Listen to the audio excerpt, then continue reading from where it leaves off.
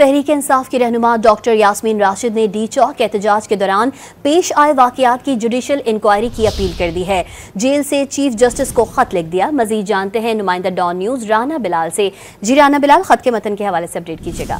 جی دیکھیں، یاسمین راشد کی جانب سے چیف جسٹس پاکستان جسٹس یحییٰ افریدی کو ایک خط لکھا گیا ہے، جس میں انہوں نے 26 نومبر کو ڈی چوک واقعات کی تحقیقات کے لیے جوڈیشل کمیشن بنانے کی چیف جسٹس سے اپیل کی ہے، اور یہ کہا ہے کہ 26 نومبر کو پاکستان میں بنیادی انسانی حقوق کی خلاف ورزی کی گئی، جبکہ اسلام آباد میں مستقبل کی جو نسل ہے اس کا قتل عام کیا گیا۔ کئی ماؤں کے بچے، کئی بہنوں کے بھائی ان سے چھن گئے، اور بطور ماں اس تھانے پر ان کا دل ٹوٹ چکا ہے۔ یاسمین راشد کا یہ بھی کہنا تھا کہ انہوں نے اپنی 74 سالہ زندگی میں آج تک کبھی خود کو اتنا بے یار و مددگار نہیں پایا، اور پاکستان میں ہیومن رائٹس کے حوالے سے یہ بدترین دور پاکستان اس سے گزر رہا ہے۔ اس کے ساتھ ساتھ جو یاسمین راشد ہے، ان کی جانب سے یہ کہا گیا ہے چیف جسٹس پاکستان سے کہ آپ بنیادی حقوق کے تحفظ کے لیے ضروری اقدامات کریں، اور